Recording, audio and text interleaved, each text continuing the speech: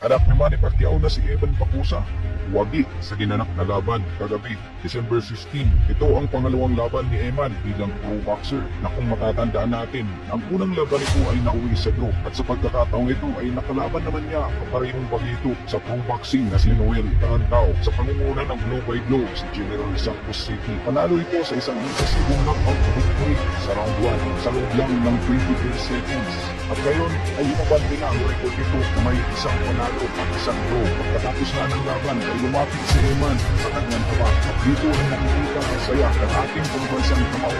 Sa tingin nyo, saan nga ba ang susunod sa iyo ng kanyang kamao?